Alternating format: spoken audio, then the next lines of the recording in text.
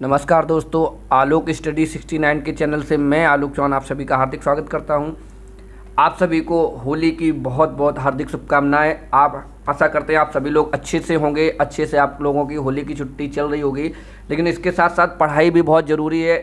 आपकी पढ़ाई का डिस्टर्ब ना हो इसलिए हम अपनी क्लासें लगातार आप लोगों के बीच दे रहे हैं। जो आपकी होली की छुट्टी चल रही है इसमें भी आपके लिए क्लासें लेके आए हैं। आज हम आपके मनोविज्ञान के कुछ महत्वपूर्ण प्रश्न लेकर आए हैं, तो इन पे आप आज प्रैक्टिस करेंगे। आज हमने त्यौहार की वजह से, होली की वजह से वीडियो को बहुत छोटा रखा है।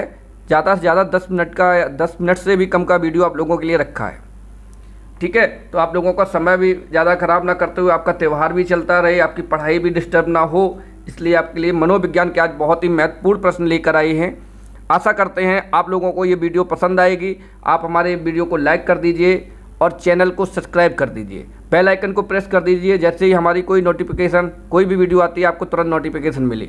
हमारी प्रत्येक वीडियो में जो हमने आपको प्रैक्टिस कराते हैं उसकी अगर आपको PDF फाइल चाहिए तो हमारे आप व्हाट्सएप नंबर पे हमें आप मैसेज कर सकते हैं। अन्यथा हमारे वीडियो के डिस्क्रिप्शन बॉक्स में आपको लिंक मिली है, उस पर जाके आप वहाँ से PDF फाइल डाउनलोड कर सकते हैं। हमारी PDF फाइल बिल्कुल निःशुल्क है, इसके लिए कोई भी चार्ज नहीं है।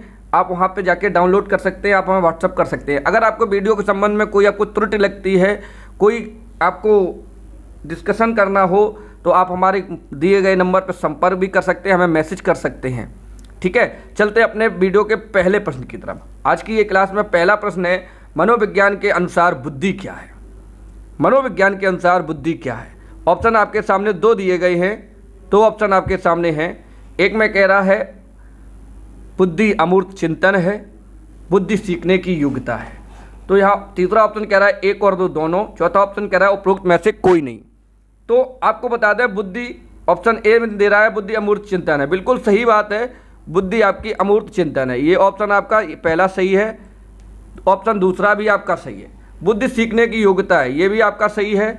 बुद्धि अमूर्त चिंतन, ये भी सही। तो इस प्रकार से आपका ऑप्शन जो है तीसरा सही हो जाता है, एक और दो दोनों। दोनों ऑप्शन आपके सही हैं। बुद्धि आपकी अमूर्त चिंतन है, बुद्धि सीखने की योग्यता है। चलते हैं अपने अगले प्रश्न की ओर। अगला प्रश्न नंबर दूसरा क्या कह रहा है? बिल्कुल बिल्कुल बिल्कुल प्रश्न नंबर 2 कह रहा है आपका, निम्नलिखित में से कौन सा सीखने के नियम के अंतर्गत नहीं आता है? तो सबसे पहले हम बात कर लेते हैं सीखने के नियम पर। सीखने के नियम आपको दिए किसने? तो सीखने के आपको जो नियम दिए हैं वो आपके दिए थॉर्नडाइक साहब ने। किसने दिए हैं? थॉर्नडाइक साहब ने सीखने के 2 नियम दिए हैं। कौन कौन? मुख्य नियम और गौड़ नियम। थॉर्नडाइक ने सीखने के 2 नियम दिए हैं, मुख्य नियम, गौड़ नियम। मुख्य नियम के अंतर्गत इसमें क्वेश्चन में थोड़ी सी मिस्टेक है। इसमें कौन सा सीखने के मुख्य नियम के अंतर्गत नहीं आता? यहाँ पे होना चाहिए था मुख्य नियम के अंतर्गत नहीं आता है। ठीक है, तो सीखने के मुख्य नियम के अंतर्गत आपके 3 नियम आते हैं। कौन कौन? तत्परता का नियम, प्रभाव का नियम, अभ्यास का नियम।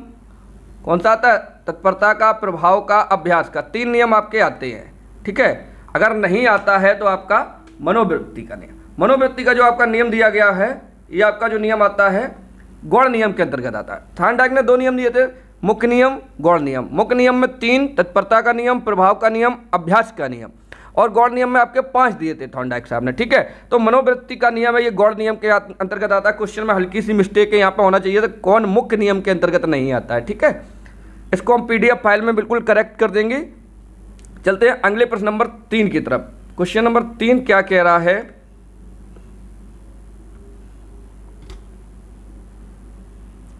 जी हाँ, क्वेश्चन नंबर 3 कह रहा है, किस मनोवैज्ञानिक ने आवश्यकता का पदानुक्रम का सिद्धांत दिया? किस मनोवैज्ञानिक ने आवश्यकता के पदानुक्रम का सिद्धांत दिया? तो इस सिद्धांत को दिया है आपके अब्राहम मैस्लो साहब ने। किसने दिया है? मैस्लो ने। इसके बारे में आपको बता दें, इन्होंने 5 पिरामिड, या ऐसे कह सकते हैं आवश्यकता का पिरामिड का सिद्धांत किसने दिया? तो ये दिया था आपने आपके मैस्लो साहब ने। किसने दिया है? अब्राहम मैस्लो ने। अगर हम बात करें इनके सिद्धांत की, तो ये है मैस्लो का पिरामिड आपके सामने। इस तरह से मैस्लो ने पिरामिड का सिद्धांत दिया, इसी को कहते हैं आवश्यकता पदानुक्रम का सिद्धांत। ठीक है, psychology, safety, love, billowing, self respect, इस तरह के आपका ये पिरामिड तैयार किया था अब्राहम मैस्लो ने। चलते हैं अगले प्रश्न की ओर। प्रश्न नंबर 4 कह रहा है, किस मनोवैज्ञानिक ने के अनुसार बालक में जन्म के समय कोई संवेग नहीं होता? किस मनोवैज्ञानिक ने कहा था कि जन्म के समय बालक में कोई संवेग नहीं होता? तो ये ऐसा मानना था ब्रिजेश का। किसका मानना था? ब्रिजेश का ऐसा मानना था कि जन्म के समय बालक में कोई संवेग नहीं होता है। ठीक है, इन प्रश्नों को आपको पीडीएफ फाइल चाहिए, आपको डिस्क्रिप्शन बॉक्स में मिल जाएगी, अन्यथा आप हमें व्हाट्सअप कर सकते हैं। व्हाट्सअप से हमसे आप सीधे कॉल संपर्क कर सकते हैं, आप हमसे सीधे पीडीएफ फाइल भी ले सकते हैं। अगला प्रश्न नंबर 5 है, निम्नलिखित में से फिजिकल एंड कैरेक्टर नामक पुस्तक के लेखक कौन है? निम्नलिखित में से फिजिकल एंड कैरेक्टर नामक पुस्तक के लेखक है क्रेसमर। इस पुस्तक, ये किसकी पुस्तक है? फिजिकल और कैरेक्टर जो पुस्तक है ये आपकी क्रेसमर की पुस्तक है, क्रेसमर की। स्प्रेंगर की भी एक बहुत ही फेमस पुस्तक है टाइम्स ऑफ मैन। स्प्रेंगर की एक जो पुस्तक है आपको बता दें उसके बारे में, टाइम्स ऑफ मैन स्प्रेंगर की पुस्तक है। वाटसन की एक पुस्तक है psychology as a behaviour. Watson की पुस्तक एक है आपकी psychology as a behaviour. Spranger की एक पुस्तक हमने आपको बताई टाइम्स ऑफ मैन। और इस क्वेश्चन का सही आंसर हो जाता है क्रेसमर। क्या हो जाता है? क्रेसमर। चलते हैं अपने अगले प्रश्न की ओर। प्रश्न नंबर 6 क्या कह रहा है? निम्नलिखित में से स्कूल और समाज पुस्तक के लेखक कौन है? जो स्कूल और समाज पुस्तक है इसके लेखक कौन है? क्वेश्चन नंबर आपका 6 कह रहा है स्कूल और समाज पुस्तक के लेखक कौन है? तो ये स्कूल और जो समाज पुस्तक आपकी दी गई है ये इसके लेखक है जॉन डीवी। ठीक है, ये किसकी पुस्तक है? जॉन डीवी की। जॉन डीवी की पुस्तक है। आपको स्टैनले हॉल की एक महत्वपूर्ण पुस्तक कमेंट बॉक्स में बतानी है। ठीक है, नहीं तो अभी आगे वीडियो के खत्म होने तक हम आपको उसको बता देंगे। बिल्कुल बिल्कुल, स्टैनले हॉल की, बिल्कुल एडोलसेंस स्टैनले हॉल की है। बिल्कुल सही कहा किसी ने। चलते हैं अगले प्रश्न की ओर। अगला प्रश्न नंबर 7 कह रहा है ऑपरेशन ब्लैक बोर्ड कार्यक्रम कब शुरू किया गया? ऑपरेशन ब्लैक बोर्ड कार्यक्रम कब शुरू किया गया? तो ये जो आपका ऑपरेशन ब्लैक बोर्ड कार्यक्रम, सबसे पहले तो हम आपको ये बता दें जो ऑपरेशन ब्लैक बोर्ड कार्यक्रम आया था आपका 1986-87 में। कब आया था?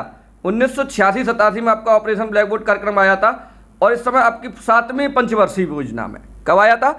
7वीं पंचवर्षीय योजना में आपका ऑपरेशन ब्लैक बोर्ड आया था। इसमें था क्या? इसमें जो आपके पहेलियाँ, खेल खिलौने, चार्ट मॉडल, ब्लैक बोर्ड, कुर्सी, मेज, चटाई, पुस्तकें, गणित की किट आदि वगैरह की प्रबंध किया गया था। 7वीं पंचवर्षीय योजना में ऑपरेशन ब्लैक बोर्ड आया था। प्राथमिक विद्यालयों की शिक्षा में सुधार हेतु ये लगाया गया था। ठीक है, राजीव गांधी के समय में ये था आपका ऑपरेशन ब्लैक बोर्ड। चलते हैं अगले प्रश्न की ओर। अगला प्रश्न कह रहा है एनसीईआरटी की स्थापना कब हुई? तो एनसीईआरटी की स्थापना होती है आपकी 1961 में। बहुत ही आपका आसान प्रश्न था ये। एनसीईआरटी आपकी स्थापना होती है 1961 में। ऑप्शन नंबर 1 सही है। एनसीईआरटी का फुल फॉर्म होता है आपका national council of educational research and training. National council of educational research and training Hindi होती है इसकी राष्ट्रीय शैक्षिक अनुसंधान और प्रशिक्षण परिषद। इसका आपका जो हेडक्वार्टर है, इसका हेडक्वार्टर नई दिल्ली में है। ठीक है, और वर्तमान में जो इसके अध्यक्ष हैं, एनसीईआरटी के वर्तमान में अध्यक्ष कौन है? दिनेश प्रसाद सकलानी। एनसीईआरटी के अध्यक्ष है दिनेश प्रसाद सकलानी। चलते हैं अगले प्रश्न की ओर। अगला प्रश्न नंबर 9 क्या कह रहा है? प्रश्न नंबर 9 कह रहा है बुद्धि विभिन्न भागों को मिलाने की शक्ति है। ये किसने कहा? बुद्धि विभिन्न भागों को मिलाने की शक्ति है, ये ऐसा मानना था एबिंगहॉस का। ये परिभाषा किसकी है? एबिंगहॉस की। बुद्धि की और भी कई बहुत सारी परिभाषाएं हैं, जैसे बकिंघम ने कहा था कि सीखने की शक्ति ही बुद्धि है, और वुडवर्थ ने कहा था बुद्धि कार्य करने की एक विधि है, और गाल्टन ने कहा था बुद्धि पहचानने तथा सीखने की शक्ति है। और विनय ने 4 बातें बताई थी। विनय के अनुसार बुद्धि ज्ञान, आविष्कार, निर्देश और आलोचना है। ठीक है, बुद्धि इन 4 शब्दों में निहित है विनय के अनुसार। ज्ञान, आविष्कार, निर्देश, आलोचना। ठीक है, तो ये हमने आपको 3-4 बुद्धि की परिभाषा बता दी। चलते हैं अगले प्रश्न की ओर। अंतिम प्रश्न है हमारी वीडियो का। अगला प्रश्न नंबर 10 है, अंतिम है आज के लिए। आदतों, ज्ञान और अवृत्तियों का अर्जन ही अधिगम है, यह परिभाषा किसने दी? तो ये जो परिभाषा आपके सामने दी गई है, आदतों, ज्ञान और अभिवृत्तियों का अर्जन ही अधिगम है, यह परिभाषा दी गई है आपकी क्रो एंड क्रो के द्वारा। ठीक है दोस्तों, तो ये आज थी आपकी मनोविज्ञान की बहुत ही महत्वपूर्ण क्लास। इसकी आपको पीडीएफ फाइल अगर लेनी है तो हमारे आप डिस्क्रिप्शन बॉक्स में जा सकते हैं। आप लोग अच्छे से होली का त्यौहार मनाते रहिए, खुश रहिए। बहुत जल्द मिलेंगे आपको अगले वीडियो में। तब तक के लिए जय हिंद, नमस्कार।